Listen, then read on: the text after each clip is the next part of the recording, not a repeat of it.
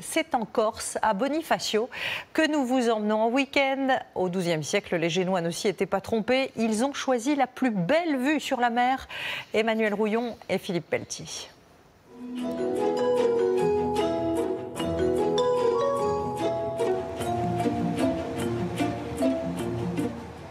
Ça y est, nous y sommes. Bonifacio comme sur les cartes postales. Tous les regards se lèvent vers la vieille ville perchée au-dessus des falaises de calcaire. Et quoi de mieux qu'un café offert de bon cœur par des vacanciers pour débuter notre journée. Avec plaisir. Merci. Assis sur un banc, nous profitons un instant du calme matinal pour observer à l'horizon le balai déjà frénétique des bateaux. Et justement, c'est sur l'un d'entre eux que débute notre week-end. Sur ce catamaran, Pierre-Baptiste nous accueille avec son grand-père. Fils et petit-fils de pêcheurs bonifaciens, il propose des promenades en mer, en famille. Bonjour. Bonjour, enchanté. Emmanuel. Bonjour. Alors, ils ne seront pas avec nous aujourd'hui. Le papa de Pierre-Baptiste. D'accord. Mais le matin, ils viennent boire le café tous les deux. Les clients, ça les touche toujours de voir quand même le père, le grand-père, les différentes générations qui se boivent encore le café, qui discutent de la mer, qui accueillent les clients. Lentement, on s'éloigne de l'extrême sud de la Corse. Quant au loin, des dauphins qui sautent hors de l'eau comme pour nous saluer. Sous les falaises, Pierre-Baptiste nous livre tous les secrets de la ville fortifiée. C'est la roche emblématique de Bonifacio, la cité des falaises blanches. Et elle a cette particularité, c'est-à-dire que plus elle s'accumule en eau, plus elle se solidifie. Lorsque vous la touchez, c'est pas friable. Aux manettes, Marceau, le capitaine au calme légendaire, qui arrive tout en douceur sur les îles Lavées. Là, on est en train d'arriver aux îles Lavées. Regardez cette eau turquoise. On voit le fond, c'est incroyable.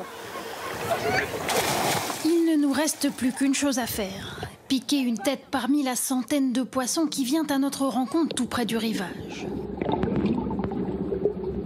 Connue pour ses eaux turquoises et ses plages de sable blanc, la côte de l'extrême sud est un petit paradis sauvage. Le repas se fait au soleil sur le catamaran. À la vôtre.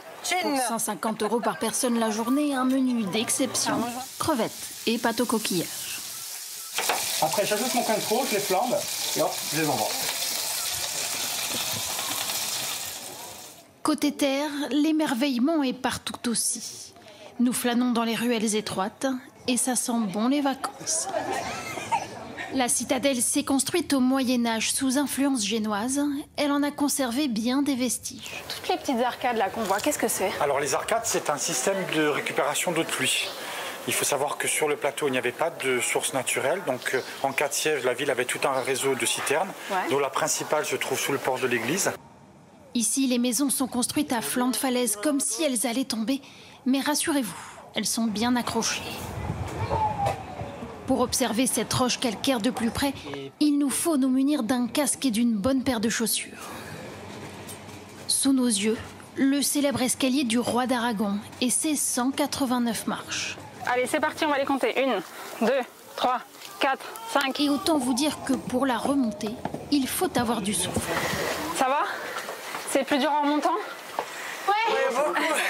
Construit en 1420, la légende dit que l'escalier aurait été creusé en une nuit par les soldats de la République de Sardaigne pour assiéger Bonifacio. On y longe la mer avec la drôle de sensation de marcher sur l'eau. Le spectacle est grandiose, mais attention à la tête. Je comprends mieux pourquoi on a un casque. Pour se remettre de ses émotions, allons goûter à la spécialité locale. L'aubergine à la bonifacienne, c'est vraiment ce que vous avez de plus typique. Ah oui, absolument. On fait cuire l'aubergine, on la gratte, on gratte la chair, on fait une farce avec du basilic, de l'ail, 2 ou 3 fromages. C'est servi sur une coulis de tomates maison et c'est excellent. Et ça n'existe qu'à Bonifacio. Oui, madame. Je me régale. La première journée s'achève déjà et nous allons dormir dans un lieu chargé d'histoire. Sous les voûtes du couvent de Saint-Julien, là où 8 siècles avant nous, des moines franciscains y ont séjourné. Ah ouais, c'est resté complètement dans son jeu. Absolument. On n'a pas fait énormément de changements. Et là, en fait, ici, c'est le réfectoire des moines, donc voûté. Ah ouais. Et donc, en fait, il se restaurait ici. Béatrice et sa famille ont restauré les lieux et transformé les dortoirs des hommes d'église en chambres d'hôtes. Comptez 225 € la nuit. Une petite folie, mais le calme monacal qui règne ici en vaut le détour. Derrière vous, en fait, avant, quand les moines étaient indisponibles, qui ne pouvaient pas suivre la messe parce qu'ils étaient malades, en fait, ici, il y avait une petite ouverture sur l'église. Et de là, en fait, ils pouvaient suivre la messe. Incroyable. Ouais. Allez, je vais aller me coucher dans ma petite cellule. Ah, c'est génial. Bonne nuit. Au réveil, nous découvrons les falaises aux couleurs du soleil levant. Et puisque ce sont les vacances, l'heure est à la glace, même au petit déjeuner. Ça va être dur de choisir, mais je vais vous prendre citron menthe et corail de Bonifacio. Allez, ça marche. Pour digérer, une activité sportive s'impose. Notre bon plan nous emmène au golf, mais pas n'importe lequel. Voici l'un des joyaux de la Corse du Sud. Un parcours de 18 trous coincés entre mer et maquis. Parfait. Pour 9 Ah oui, €, bon. nous prenons un club et Allez. 25 balles direction l'un des endroits les plus spectaculaires au monde. Vous n'avez pas envie d'aller vous baigner quand vous voyez ça? Si, on a très envie, mais il faut y aller après, il faut d'abord terminer. Mais attention à ne pas swinger trop fort, les balles ne savent pas nager. Ouh. Magnifique. Quitter Bonifacio en passant par ces plages rend le week-end encore un peu plus magique.